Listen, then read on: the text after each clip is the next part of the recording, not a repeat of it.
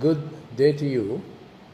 This is a science talk on a need that people have these days. Many people are turning to alcohol in this COVID crisis. So is alcohol the friend or the fiend in need? People think alcohol is a friend in need, but people take to alcohol as a friend in need when they find loneliness, weak and not strong enough to face the situation, to get Dutch courage when under threat, hurt, physical pain, disappointment, for different reasons, and plain loneliness, nothing else to do. As you, first point about alcohol is, as you take alcohol, it depresses GABA, that is gamma aminobutyric acid, which is the empathic neurochemical transmitter. It's a neurochemical transmitter made in the brain. Easiest way to understand GABA is, the action of GABA is that feeling you get when you're falling asleep. You get a loved feeling, cared for feeling, you feel like a baby and you are getting ready to rest. That's the GABA feeling. You feel loved like a baby, cared like baby. GABA brings feelings of empathy. I'm well cared for, I need to care well. That's how you fall asleep. And direct action of alcohol, C2H5OH, is to block the function of GABA. Now, when we are falling asleep at 6 o'clock in the evening, melatonin primes our brain for sleep time. Melatonin is secreted by the pineal body, but at the time when you are first hitting that sleep zone, GABA is active. There are special intrinsic photosensitive retinal cells that pick up that falling asleep. Of course, for proper sleep, you need to see sundown. Now, talk today is not about sleep. Talk today is about action of alcohol. But to understand how GABA is obstructed, inhibited by alcohol, you need to understand the action of GABA in putting you to sleep. There's a time you feel that empathic feeling, I did this wrong, I need to get it right, and children feel it. There's a time parents need to be by the children's bedside. Mommy, this went wrong, daddy, this went wrong. That kind of feeling, they want to get it right. That's a GABA feeling. Now, of course, I have told you before, man is not only neurochemical transmitters, it's not only neurons and neurochemistry in the big brain. Man begins with the spirit, then man has the conscience, the umpire, then man has the heart, his center of affection and desire, and then, of course, then finally we have emotions, and then we get to the big brain of cognition. Important thing, but it's not everything. So it is the GABA action in the brain that gets us that empathic feeling, cared for, things we want to do. It's good for me. This is the prefrontal cortex where executive empathic action is originated, so that the good thing I want to do is good for me, good for others, good for my future, good for my family. That's the neurochemical transmitter GABA. So that's what gets activated when we are falling asleep. So if we obstruct that, the beneficial action of sleep we don't get, it's hard to fall asleep. Then what happens next is point number 2 about the cascade, alcohol cascade effect. GABA pops in any time your spirit says, I care. So it's not only sleep time, when you feel moved strongly towards something, I should be doing this, that's the GABA feeling. And to do the GABA feeling, dopamine sets you up for focus and salience, and serotonin backs you up for improvement and so on. We'll come to that, but whenever you feel that caring feeling and wanting to do something, do the good thing, do the right thing, do that which is good for you and for others, it's GABA that gets involved. And that is suppressed, inhibited by the C2H5OH molecule, stops GABA. That's the problem with alcohol. Then you get a feeling, I don't care, you lose sight of the good, you become selfish. In fact, you can become not caring and quite revengeful also when GABA is not there. That's the effect of alcohol. Third point is, it is GABA that gives us because of the empathy, we get confidence and we feel competent to do the thing we should be doing for our wife or child or wherever it is, even for our junior, GABA gives confidence and competence about the thing we should be doing. That is lost, and when you have taken alcohol, there is a foolish confidence, but that is not born out of, the empathy. Very bravado, foolish bravado. At that time you can do anything. That is not the competence and the confidence that gets onto your default mode network of thought. So alcohol blunts empathy. You lose confidence because you have to put on a different bravado, because you have lost the empathy, the desire to do it right, which is the strongest motive, desire to do it right. That's why I strongly believe man is spirit and he needs to operate through his brain. Man is not only a big computer here. To catch up on confidence, then we go to alcohol. This becomes a vicious cycle where you are losing empathy with GABA, you are losing confidence therefore, and when you lose confidence, you lose empathy, you lose confidence to do that, then you take alcohol to get confidence, then GABA is somehow suppressed, and then when you take alcohol to wear out completely, it takes more than 20 hours. Because alcohol is a fat-soluble molecule, it works in you for a long time. So the next shot primes you up again for loss of GABA, and this becomes a vicious cycle. Then alcohol inhibits GABA, and then you do not care. You drink alcohol hoping it will take care of your hurt, injustice, need. Alcohol suppresses GABA. Now you get to a stage then you don't care whether someone cares, which is a worsening situation. Once upon a time, it mattered to you that others care. Now upon a time, with GABA suppressed, you are not feeling any sense of reciprocation. Even if your spouse is reciprocating, you are not feeling that. You are not on a GABA response to GABA, so to say. Actually, it is spirit to spirit, but just talking neurochemistry, GABA responds to GABA. You know the people whom you like. You know the people who move towards you. You know the people who appreciate you. What is that? That's in the spirit and the heart and in the GABA. But when you are losing on GABA because of alcohol, you don't care. And even when people are caring, you feel as if they don't care. And you take umbrage, and you are quick to be offended. You understand that? You are quick to take offense because you don't feel appreciation. What's actually happening is you are feeling depreciated, lack of worth and value. The three things that man works with, identity and belonging, worth and value, significance and influence, all three are dumbed down by alcohol. And you're on a losing, slippery slope, trying to come up with feeling togetherness and belonging back in your family. It's not coming. That you want to make a valuable contribution, your value and worth, it's not coming. Then that you are appreciated, you are significant, you are doing a valuable contribution, it's not coming. So then you are beginning that getting bogged down, more and more enmeshed, and alcohol becomes your only solution. This extends further. You no more care for kids, your health, or appearance, or your reputation, or your skill maintenance. So you are really on a downward scale. Now, I have 12 steps down, 6 steps up. I'll get into the up as soon as possible, but let's understand the slide down. This is a pathetic situation, but we have to understand this. One thing to prevent it, please send this clip to others. I am Dr. Lalith Mendis. My last substantive post was as head of Department of Pharmacology in the State Medical Faculty in Sri Lanka.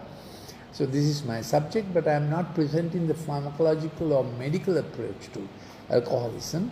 Some drugs do help, but not on the long term.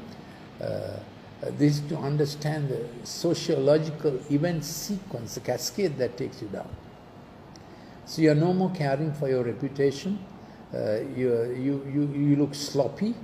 And you are not even realizing that you are sloppy. Yes. But point number 6, as you become sloppy, dopamine does not give up. Dopamine keeps thinking, you must have a focus, you must keep doing this. So dopamine goes up in the prefrontal cortex, prefrontal cortex, dopamine goes up to make you keep focus. So you get busy doing something. You have a sense of trying to catch up, late to work or trying to catch up. Dopamine says, go, go, go, do. So you become hyperactive sometimes in nonsense, which later can become violence. You feel a sense of drivenness. You feel a sense of desperate drivenness without keeping focus, never getting to salience as such, but feeling, how do I catch up? And that effort of trying to catch up also stresses you up. Solution is more alcohol. Point number 7, being dopamine driven, serotonin cannot achieve satiety. Serotonin spikes unpredictably, so you don't get a sense of that your hour was well spent or day was well spent. There's no check back saying, how can I improve on this? Excuse me. So you get into a position that whatever I do is right, and whatever I do, others should appreciate me. And it doesn't happen like that. And then when serotonin is spiking, you also get into binge eating. Excuse me. You put on calories with alcohol, and because of binge eating, you put on more weight. That's what happens. Point number 8, recklessness and false bravado takes over with sexual risk entering the arena. Bottom-up regulation is now established because you are not working with dopamine, serotonin, executive empathic thinking, but you are a stimulated creature now. You are on a bottom-up regulation. Everything irritates you, everything rushes you. So for the past hour, stimulation is pushing you. So you are on, that's what bottom-up regulation is. You are reacting to anything, sight, sound, bad news, put-downs, failures. So they begin to add up on you. So you become a reacting person. You're on a reflex all the time. You're not reflecting, you're on a reflex mode, yes. Then point number 9, melatonin is now disturbed, insomnia is common. Alcohol you think will douse you to sleep. So at this point you try to take things like Valium. Now you must not, it's a prescription drug. Now it quietens you for a little while, but the problem is not solved. So actually when you while drinking, when you are taking drugs to quieten you, increase GABA, that's what diazepam does. But then that adds on to the problem because you are doing the wrong thing and trying to put another chemical to get that right. So you get sleep disturbed. We must keep our sleep because sleep is health. And from 9 p.m. till 5 a.m. there's a God program of sleep with melatonin acting, GABA acting, and all the essential too much neurochemicals being removed. Dream sleep, no dream sleep, NREM, REM sleep doing their cycles, and melatonin working on your chromaffin cells for brain health, retinal health, for health of sexual organs. That's a particular kind of cell, chromaffin cells that are found in sexual organs. So along with alcohol, all those deleterious, not good effects begin to happen on your health. Point number 11. So point number 10, you react with overconfidence while failing, cannot hear correction. You are overconfidence while failing. So you are not agreeing for correction. You imagine you are always right. You get into arguments to prove the point. Point number 11, regret kicks in with guilt as amygdala goes on overdrive. So you begin to feel sorrow, lack of opportunity, you lost it all. That's what the amygdala says. Guilt comes in, sorrow for what is lost. You continue to look to alcohol as your friend in need, but alcohol has now already become a fiend. Drop the R. That's where alcohol is taking you. Then endorphins are recruited, the last resort of the fail. So the endorphins try to get you as a kind of, while in pain, maintain some kind of coolness. That's what endorphins try. That is the time depression sets in, because endorphins have a more opioid-like action. You may try other drugs at that time, which is not a good way to go. You are depressed, you are hiding it, but it begins to show up. Long before that happens, you need to take counsel, So if you want counsel on this, please give us a WhatsApp message, plus 94 77 49 59 214. I am Dr. Lalith Mendis. Then how does recovery begin? Recovery begins, step number 1. We have to awaken in you a thing that provokes empathy in you, stimulates empathy, something that gets you back to something you like, some good hope, good expectation, what is good for what you still have empathy for, your child, your career, maybe your wife, even childhood aspirations, your former greatness, once you attempted. So we have to get a focus on empathy. Then of course, if you are into God, God can help you, because He designed us, we ruin ourselves. But the second thing is that someone who gives you value back. When your value lost, hope is lost. So God does not lose your value. He doesn't say you are a failure. Many people will say good for nothing, and people will try to avoid you, but God doesn't avoid you. You recover your belonging with God. You are not lost. We have to get that through. And then you recover your value and worth. You are crawling back, but still value and worth God has for you. He doesn't give up on you. And we have to find people with whom you blend and establish belonging. There may be other friends who were once in similar trouble. So you put you into a group like that. Thirdly, we recover some worth and value in you by you still being able to, that's work therapy, that's where it comes in. You are still able to do some and still recover some skills. Fourthly, we put you into empathic motor therapy. I'm going through this quickly. That is grips and ropes that get your thinking tracks on. It's a 90-minute exercise. We have it at 374 Leslie Ranagala Mavata in our Brookside Empathic Motor Therapy Center. It's 3,600 square feet, and we have a larger course at Pambugamajala open air course. So we arrange a day, and nobody knows who you are, but the intention is that you do some focused brain building, brain tract, cognition back exercises that are medically designed to keep focus. Fifthly, of course, we have to get you significance and influence back. So in all these things, you believing in God also helps. And we are not, in this course, we don't use drugs. We try to get you back. You may go to another doctor and he may put you back on a detox course. That's fine. But this is empathic motor therapy course for empathic character building, getting you back on track for identity and belonging, worth and value, significance and influence. What you can contribute again. We want to build back your world, brick by brick. The things that went disheveled, we want to put back together and build you up. So this is a little, pass this on to friends, those who are in trouble with alcohol, circulate it. We would like to help. This COVID time in UK, ladies have fallen into alcohol more than men, they say. So it is a difficult time.